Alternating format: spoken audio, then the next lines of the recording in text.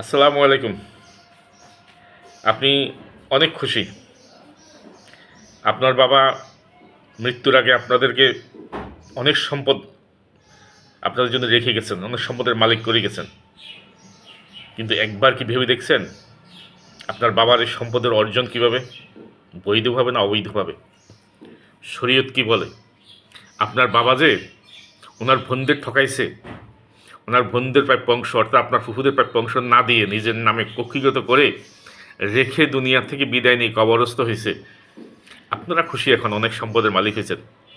আপনি নামাজ আনতে দোয়া করেন, হুজুর বাড়ির ডাকি আনি মিলাদ ফরায় দোয়া করেন বাবার জন্য, বাবার নাজাতের জন্য, জান্নাতের জন্য। আপনার এই দোয়া কি কোনো কাজে আসবে?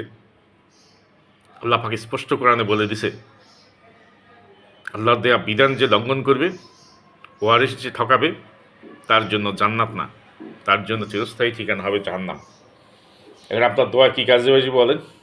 সত্যিকার অর্থে যদি বাবাকে ভালোবাসেন, সত্যিকার অর্থে যদি দুনিয়ার সম্পদের চেয়েও বাবা আপনার কাছে মূল্যবান হয়, তাহলে বাবা যে ভুল করে গেছে এই ভুল সংশোধনের ব্যবস্থা করেন।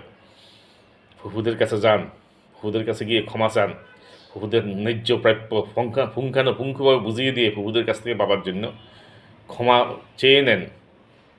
প্রয়োজনে ফুফুদের পায়ের উপর পড়ে থাকেন যতক্ষণ পর্যন্ত ফুফুরা বাবাকে ক্ষমা না করে। ফুফুরা বাবাকে ক্ষমা করলে হয়তো আল্লাহ পাকও আপনার বাবাকে ক্ষমা করবে। তখন হয়তো আপনার বাবার জন্য জান্নাত আশা করতে পারেন। ধন্যবাদ।